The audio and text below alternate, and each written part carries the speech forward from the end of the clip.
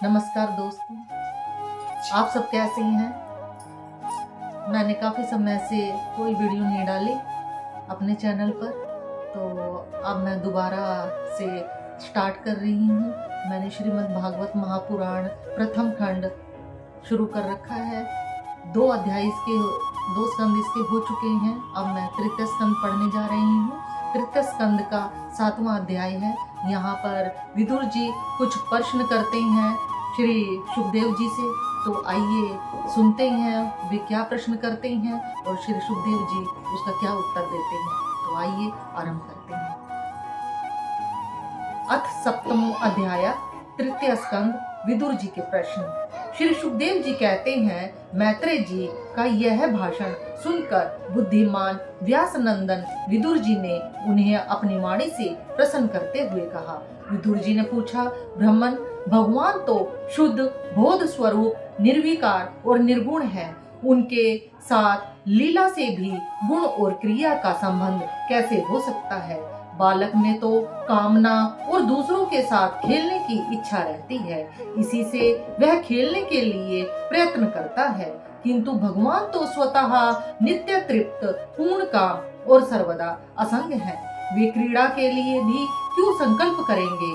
भगवान ने अपनी गुणमयी माया से जगत की रचना की है, उसी से वे इसका पालन करते हैं और फिर उसी से संहार भी करेंगे। जिनके ज्ञान का देश, काल अथवा अवस्था से अपने आप या किसी दूसरे निमित्त से भी कभी लोप नहीं होता, उनका माया के साथ किस प्रकार संयोग हो सकता है? एकमात्र ये भगवान ही समस्त क्षेत्रों में उनके साक्षी रूप से स्थित है। फिर इन्हें दुर्भाग्य या किसी प्रकार के कर्म जनित क्लेश की प्राप्ति कैसे हो सकती है? भगवान, इस अज्ञान संकट में पड़कर मेरा मन बड़ा खिन्न हो रहा है। आप मेरे मन के इस महान मोह को कृपा करके दूर कीजिए। श्री सुखदेव जी कहते हैं, तत्व जिज्ञासु विदुर जी की यह प्रेरणा प्राप्त कर अहंकारहीन श्री मैत्रेय जी ने भगवान का स्मरण करते हुए मुस्कुराते हुए कहा। श्री मैत्रेय जी ने कहा, जो आत्मा सबका स्वामी और सर्वथा मुक्त स्वरूप है, वही दीनता और बंधन को प्राप्त हो। यह बात युक्ति विरुद्ध अवश्य है, किंतु वस्तुतः यही तो भगवान की माया है। जिस प्रकार स्वप्न देखने वाले पुरुष को अपना सिर कटना आदि व्यापार न होने पर भी अज्ञान के कारण सत्यवत भासते हैं, उसी प्रकार इस जीव को बंधन आदि न होते हुए भी अज्ञानवश भास रहे हैं।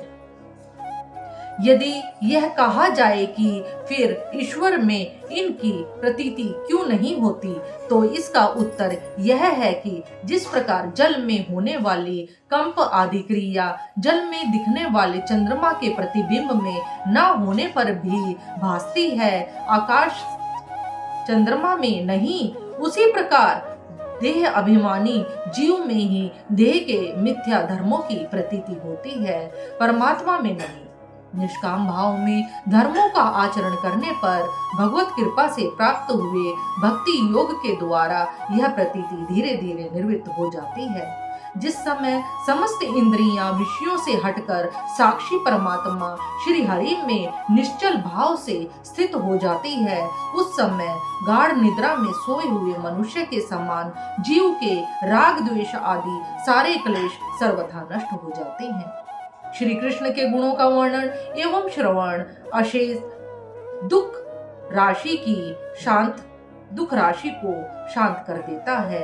फिर यदि हमारे हृदय में उनके चरण कमल की रज के सेवन का प्रेम जग पड़े, तब तो कहना ही क्या है। विदुर जी ने कहा, भगवान, आपके युक्ति युक्त वचनों की तलवार से मेरे संदेह छिन्न भिन्न हो गए हैं। अब मेरा चित्त भगवान की स्वतंत्रता और जीव की परतंत्रता दोनों ही विषयों में खूब प्रवेश कर रहा है। विद्वान, आपने यह बात बहुत ठीक कही कि जीव को तो जो क्लेश आदि की प्रतीति हो रही है, उसका आधार केवल भगवान की माया ही है। वह क्लेश मिथ्या एवं निर्मूल ही है, क्योंकि इस विश्व का मूल कारण ही माया के अतिरिक्त और कुछ नहीं है। इस संसार में दो ही प्रकार के लोग सुखी हैं, या तो जो अत्यंत मूढ़ अज्ञानग्रस्त है, या जो बुद्धि आदि से अतीत श्री भगवान को प्राप्त कर चुके हैं। बीच की श्रेणी के संशय उत्पन्न लोग तो दुख ही भोगते रहते हैं। भगवान, आपकी कृपा से मुझे यह निश्चय हो गया कि ये अनात्म पदार्थ वस्तुतः है नहीं, केवल प्रतीत ही होते हैं। अब मैं आपके चरणों की सेवा के प्रभाव से उस प्रतीति को भी हटा दूंगा। इन श्री चरणों की सेवा से नित्य सिद्ध भगवान श्री मधुसूदन के चरण कमलों में उत्कट प्रेम और आनंद की वृद्धि होती है, जो आवागमन को यंत्रणा का नाश कर देती है, आवागमन की यंत्रणा का नाश कर देती है। महात्मा लोग भगवत प्राप्ति के साक्षात मार्ग ही होते हैं। उनके यहाँ सर्वदा देव देव श्री हरि के गुणों का गान होता रहता है। अल्प पुण्य पुरुष को उनकी सेवा का अवसर मिलना अत्यंत कठिन है। भगवान, आपने कहा कि सृष्टि के प्रारंभ में भगवान ने क्रमशः महद आदि तत्व और उनके विकारों को रचकर फिर उनके अंशों से विराट को उत्पन्न किया, और इसके पश्चात वे स्वयं उसमें प्रविष्ट हो गए। उन विराट के हजारों पैर, जांघें और बाहें हैं। उन्हीं को वेद आदि पुरुष कहते हैं। उन्हीं में ये सब लोग विस्तृत रूप से स्थित है। उन्हीं में इंद्रिय, विषय और इंद्राभिमानी देवताओं के सहित 10 प्रकार के प्राणों का, जो इंद्रिय बल, मनोबल और शारीरिक बल रूप से 3 प्रकार के हैं, आपने वर्णन किया है। और उन्हीं से ब्राह्मण आदि वर्ण भी उत्पन्न हुए हैं।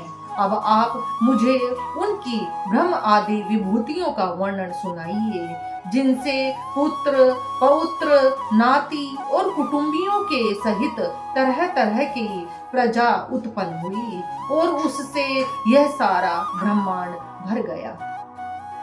वह विराट पुरुष, वह विराट ब्रह्म आदि प्रजापतियों का भी प्रभु है। उसने किन किन प्रजापतियों को उत्पन्न किया तथा सर्ग, अनुसर्ग और मनवंतरों के अधिपति मनुओं की भी किस क्रम से रचना की। मैत्रेय जी उन मनुओं के वंश और वंशधर राजाओं के चरित्रों का, पृथ्वी के ऊपर और नीचे के लोकों तथा भूलोक के विस्तार और स्थिति का भी वर्णन कीजिए, तथा यह भी बताइए कि तिर्यक, मनुष्य, देवता, सरीसृप और पक्षी तथा जरायुज, स्वेदज, अंडज और उद्विज, ये 4 प्रकार के प्राणी किस प्रकार उत्पन्न हुए। श्री हरि ने सृष्टि करते समय जगत की उत्पत्ति, स्थिति और संहार के लिए अपने गुण अवतार ब्रह्मा, विष्णु और महादेव रूप से जो कल्याणकारी लीलाएं की, उनका भी वर्णन कीजिए। वेश, आचरण और स्वभाव के अनुसार वर्ण आश्रम का विभाग, ऋषियों के जन्म कर्म आदि, वेदों का विभाग, यज्ञों का विस्तार, योग का मार्ग, ज्ञान मार्ग और उसका साधन सांख्य मार्ग, तथा भगवान के कहे हुए नारद पहुंच, रात्र आदि तंत्र शास्त्र, विभिन्न पाखंड मार्गों के प्रचार से होने वाली विषमता, नीच वर्ण के पुरुषों से उच्च वर्ण की स्त्री में होने वाली संतानों के प्रकार, तथा भिन्न भिन्न गुणों और कर्मों के कारण जीव की कैसी और जीव की जैसी और जितनी गतियां होती हैं, वे सब हमें सुनाइए।